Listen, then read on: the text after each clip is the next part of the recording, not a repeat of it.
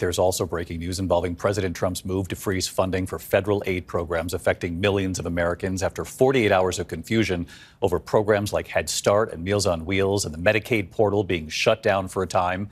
Tonight, an about-face from the White House, rescinding that funding freeze. Here's Mary Bruce.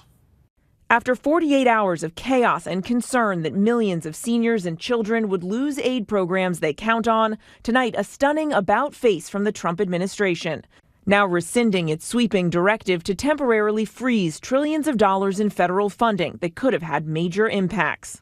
We are merely looking at parts of the big bureaucracy where there has been tremendous waste and fraud and abuse. But the president still hasn't specified what funding exactly he wants to cut.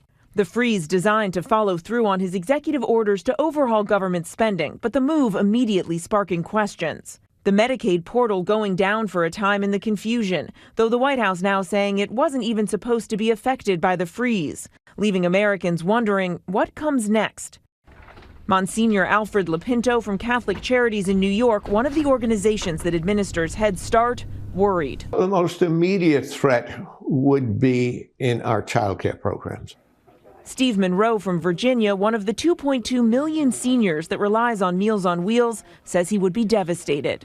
Doing something to stop or cut the organization off is going to hurt thousands of people. Still this morning, the White House was adamant. The American people should not be confused about this. But just hours later, in that two-sentence memo, the administration rescinding the freeze in funding. The White House still insists the president's plan to root out spending that doesn't align with his agenda, like diversity, equity, and inclusion programs, climate initiatives, and foreign aid, will be rigorously implemented. But tonight, a federal judge struggling to decipher what the White House's intention is, vowing to block any kind of funding freeze going forward. This is more than 2 million federal employees have been given a stark choice via mass email: resign and be paid until the end of September, or risk losing their jobs. Those interested in the buyout told to respond with the word resign and hit send. Trump confidant Elon Musk, who used strikingly similar methods to slash Twitter's workforce when he took over the company, calling it very generous and appearing to laugh at the simple instructions. Unions representing federal workers, from Forest Service firefighters to VA nurses, say this isn't a voluntary buyout, but a purge. They're scared.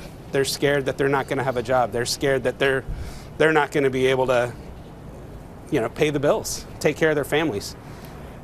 And the union is stressing that this could have wide-ranging impacts on everyone from doctors who care for veterans to firefighters to civilians who work at the Department of Defense. And the union isn't confident that the administration will be obligated to pay these employees through September if they do resign. Their message to federal workers tonight: do not resign. David. Our chief White House correspondent, Mary Bruce.